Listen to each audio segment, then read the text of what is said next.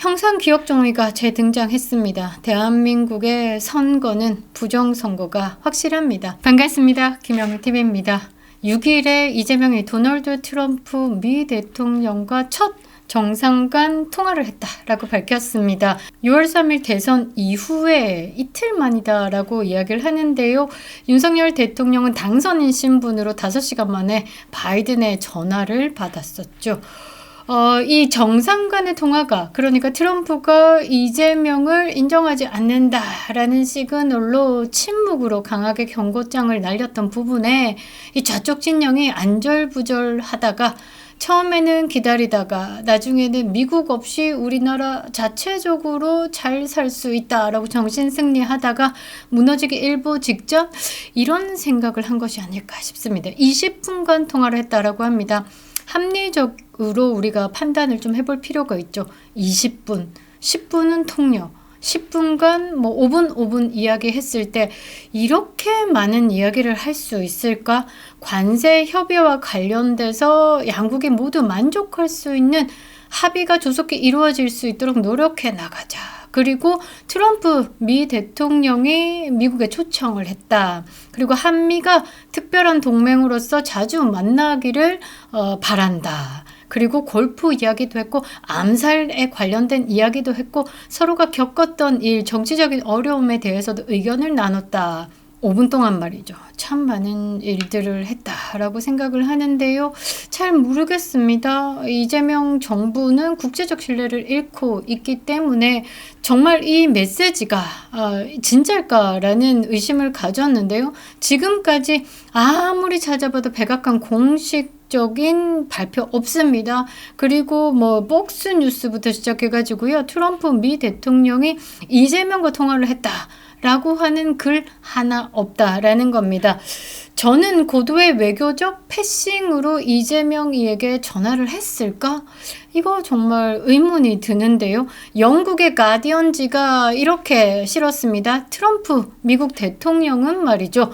이재명의 당선을 중국 개입이 의심되는 부정선거로 인식하고 있다라고 보도했습니다. 백악관이 이재명 정부를 공식적으로 인정하지 않겠다라는 신호이다라고 저는 해석을 하고요. 국제사회에서 대한민국 대통령의 신뢰성이 흔들리고 있다라는 상징으로 받아들입니다. 통화보도 어디까지 믿을 수 있을까요? 빠르게 다루겠습니다. 구독과 좋아요 버튼 꼭 눌러주시고요. 후원과 멤버십으로 김영희TV와 함께하고 있는 모든 구독자님들께 감사드리겠습니다. 자, 여러분들도 이거 통화보도 믿을 수 있다라고 생각하십니까? 저는 말이죠. 폭스뉴스나 그 백악관 공식 브리핑이 나오기 전까지는 잘 모르겠습니다. 이재명이라는 사람 자체가 그렇게 신뢰가 가지 않기 때문이죠. 국내 언론들이 트럼프, 이재명 20분 통화에 대해서 대대적인 보도를 했습니다. 이상한 점이 한둘이 아니죠. 자, 로이터 통신의 보도에 출처가 이재명 정부다라는 겁니다. 최초 보도를 보시면 로이터 통신 이다라고 하는데 그 기자의 이름이 한국인입니다. 자, 그리고 백악관, 미국 언론, 트럼프 SNS에서는 전혀 언급이 없습니다. 그 언급에서는 시진핑과 통화했다, 푸틴과 통화했다 라는 것은 실렸습니다. 자, 백악관의 대변인 레빗이 이재명과 통화에 대해서 생각이 있냐 아니면 그런 부분에 대해서 준비가 되어 있냐라고 했을 때 관련 질문에 대해서 서류를 뒤척뒤척 거리면서 웃었죠. 그건 조롱이다라고 봅니다. 백악관 대변인 레빗은 그 순간 순발력이 장난이 아닙니다. 그런데 이렇게 서류를 뒤척거리는 거 다 계산된 행보다라는 거죠. 단순한 실수 아닙니다. 의도적으로 이재명에 대한 무시 전략을 썼고 그것을 세계로 방출한 겁니다. 짐 로저스 여러분들 기억나시죠? 이재명 대선 후보 기간에 짐 로저스의 지지선언을 받았다라면서 국회에서 발표도 하기도 했습니다. 셀프 왜곡 사례죠. G7 초청도 받았다라고 하는데 이재명이가 말이죠. 국내에서 하던 거짓말을 국제 무대까지 확장하는 것이 아닐까 걱정이 됩니다. 이 짐 로저스의 지지 선언은 정말 국제 보이스피싱범이 됐다라는 조롱을 받기도 했었죠. 자, 그러면 트럼프가 왜 인정을 하지 않느냐 계속 영상에서 말씀드렸는데요. 이 반미 친중 성향에 대해서 트럼프는 완벽히 거부하고 있습니다. 자, 트럼프는 백악관의 외교라인 외에도 우파 유튜버들 그리고 참모진들, 우리나라에 왔던 스티브 배넌, 뭐 고든 창 같은 분들, 그리고 1기 때 참모진들, 지금 2기의 행정부로 들어오지 못했지만 1기 때 참모진들과 계속 소통하고 있습니다. 그리고 언론인들의 의견을 반영하고 있습니다. 트럼프는 백악관 외교 라인에 국한되지 않는다라는 거죠. 그런데 이들이 공통적으로 이재명에 대해서 이야기하는 게 뭐냐? 주한미군을 점령군으로 간주하는 자다. 그리고 대만 침공에 대해서 쉐쉐 발언을 한 사람이다. 그리고 중국 싱하이밍 앞에서 다 서고치 앉았던 10분의 그 훈계를 듣던 그 이재명에 대해서도 언급을 했을 거고요. 그리고 중요한 건 대북 송금 사건에 대해서도 이미 들어가 있다라는 겁니다. 그리고 CIA 신고가 굉장히 많이 되어 있는 상황이죠. 중국의 개입이 있는 대선이다라고 트럼프 행정부, 그러니까 백악관에서 이미 중국 개입을 우려한다라고 대한민국의 대선 결과에 대해서 언급한 바 있습니다. 그러니까 민주주의 국가의 중국 개입에 대해서 우려를 표한다. 외교적 신뢰 상실의 근거가 된다라는 겁니다. 그리고 사법 리스크. 가장 큰 게 있죠. 이재명이 국내적으로 뭐 전과 4범이든 전과 8범이든 8개 사건에 12개 혐의 5개 재판을 받고 있어도 그래 국내에 한해서라고 하면 니들끼리 풀어라 라고 할 수도 있지만 이재명의 가장 큰 사법 리스크, 국제적으로 문제가 되는 게 있습니다. 대북송금 사건이죠. 이재명이 현재 쌍방울 대북송금 사건의 피의자로 재판받고 있습니다. 대북 제재 위반 소지가 있죠. 또 달러법도 위반했고요. 미국법도 위반한 겁니다. 이 사건이 단순한 국내 비리 문제가 아니라 국제 질서와 제재, 체제를 뒤흔드는 중대 사안이다라는 겁니다. 특히 이재명의 꼬붕이었던 이화영 전 경기도 평화부지사가 대법원 판결이 떨어졌습니다. 이재명의 연루 정황은 더욱 분명해졌다라는 것이죠. 트럼프가 축전을 보내거나 전화를 하게 된다라고 하면 뭐라고 해야 되나? 명나라 황제가 조선 왕을 책봉하는 것처럼 이재명을 국제적으로 정통성 있는 대통령으로 인정해주는 모양새가 되기 때문에 미국 입장에서는 이 이재명의 사법 리스크도 생각을 하고 부정선거에 대해서도 가디언지가 이야기한 것처럼 이재명에 대해서 신뢰하지 않고 있기 때문에, 그리고 반미 친북 인사로 이미 미국 내에서는 규정하고 있기 때문에 트럼프는 축전을 보내지 않는 거다라고 저는 해석합니다. 왜냐? 정치적 자살 행위에 가깝죠. 자유민주주의 국가, 그러니까 전 세계 경찰 국가 원탑 수장이 트럼프가 이 반미 친중 인사, 친북에 가까운 인사에 대해서 축전을 보낸다? 너 정통성을 인정해 주는 것이기 때문에 그렇게 하지 않는다라는 거죠. 베네수엘라 2.0 시나리오를 가고 있습니다. 베네수엘라가 부정선거로 반미 후보가 탄생을 했죠.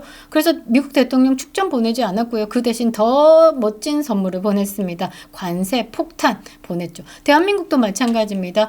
7월 8일까지 유예 기간이죠. 7월 8일 이후에는 대한민국의 전체 관세가 25%까지 갑니다. 기존에 대한민국과 미국과의 그 일괄 관세가 한 13.5% 정도 됐었는데 그거를 10% 업 하겠다라고 했습니다. 그러니까 23.5% 이상의 관세가 전반적으로 붙는다라고 하면 대한민국의 자동차 산업, 철강, 뭐 반도체 등등등 굉장히 어려움을 겪게 된다라는 것이죠. 그리고 환율 조작국 지정 등 경제 제재가 들어왔습니다. 베네수엘라가 무시당했던 그것을 똑같이 우리가 밟고 있다라는 겁니다. 베네수엘라 마두로는요, 국외적으로 그렇게 개무시를 당하다 보니까 국내적으로 힘을 과시하기 위해서 대법원 장악을 시도하기도 했죠. 현재 대한민국이 그대로 밟고 있다라는 겁니다. 이미 국제사회에서 대한민국은 고립되었습니다. 이 대통령 후보 이재명이 앞선다라는 여론조사를 빵빵 터뜨리면서 여론을 조성하고 있던 상황에 국제사회는 대한민국을 주목했다라는 거죠. 이재명의 외교 노선은 확실합니다. 친북, 친중, 반미에 가깝죠. 인선하는 그 주요 인사들만 봐도 반미주의자들이 많습니다. 대표적으로 김민석 미 문화원 점거 농성을 했죠. 그리고 이재명의 측근이다라고 불리는 사람들이 다 반미 노선을 걸었던 사람들입니다. 실제로 시진핑과 푸틴과의 통화는 미국 언론이 대대적으로 보도했지만요. 이재명과 트럼프의 통화는 미국 언론 어디에도 없습니다. 아직까지도 없습니다. 백악관이 이재명과의 공식 외교 관계를 사실상 보류하고 있다라고 생각하실 수 있죠. 우리나라는 지금 처해 있는 게 상당히 위험합니다. 주한미군 철수에 대해서 언급했습니다. 스트라이커 여단 철수 가장 핵심적인 부대가 빠진다라는 것이고 GSP 관세 제부가 예고가 되어 있죠. 유예기간이 7월 8일까지입니다. 이재명이 미국 대통령과 하하호호 화기애애한 고작 20분의 통화를 했다라고 하는데 7월 8일 이후에 확실해지겠죠. 했는지 안 했는지. 그 다음에 환율 감시국으로 지정됐다라는 건 단순한 경제 정책이 아니다. 외교적 징벌이다라는 겁니다. 자, 트럼프와의 통화 이후에 줄줄이 이 G7 국가, 영국, 대표적으로 영국, 프랑스, 이제 선진 국가들이 이재명에게 축전을 보낸다라든지 통화가 된다라고 하면 이해가 된. 그러나 아직까지 조용하고 있다라는 건 의심해 볼 수밖에 없다라는 말입니다. 한국이 지금 미국의 전략적 동맹국에서 사실상 불신의 대상국으로 전락했기 때문에 이런 문제적인 일들이 자꾸 생겨난다라는 거죠. 결론은 이재명은 외교의 자격을 잃었습니다. 미국은 테러 조직과 협상하지 않습니다. 한 테이블에 앉지 않는다라는 거죠. 이재명을 바라보는 미국 우파의 시각은 그 경계선에 가까워지고 있죠. 이재명은 테러리스트다라는 것. 왜냐? 북한에 800만 달러를 송금했기 때문에 트럼프가 공식적으로 이재명에 대한 언급이 없는 이유는 이재명이란 지도자를 믿을 수 없다라는 시그널로 해석해야 됩니다. 조만간 한미 동맹의 운명이 결정되게 될 것 같은데요. 7월 8일 관세 재부과가 이루어진다라고 하면 대한민국은 참으로 힘들 것 같습니다.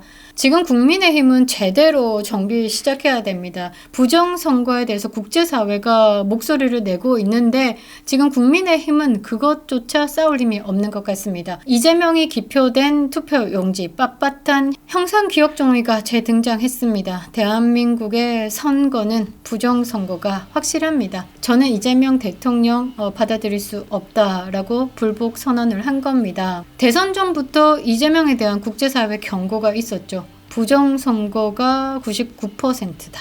그리고 이재명이 대통령이 된다면 부정선거라는 말은 사라질 것이다. 그 말은 부정선거 만연해진다라는 말이겠죠. 이재명과 트럼프 20분간의 통화, 짐 로저스의 지지 선언, G7 초청, 김정숙의 타지마할 셀프 초청. 하도 거짓말을 잘하니 믿을 수가 없습니다. 사실이라 하더라도 사흘 만에 이 트럼프와의 통화가 이루어졌다라는 것 자체가 대한민국이 개무시를 당했다라는 것이죠. 만약 가짜로 이 트럼프와의 통화를 쇼한 것이다 라고 하면 욕만 하고 넘어갈 게 아니죠. 국민 기만 사기로 단체 고소를 해야 될 것 같습니다. 김영은 TV였습니다.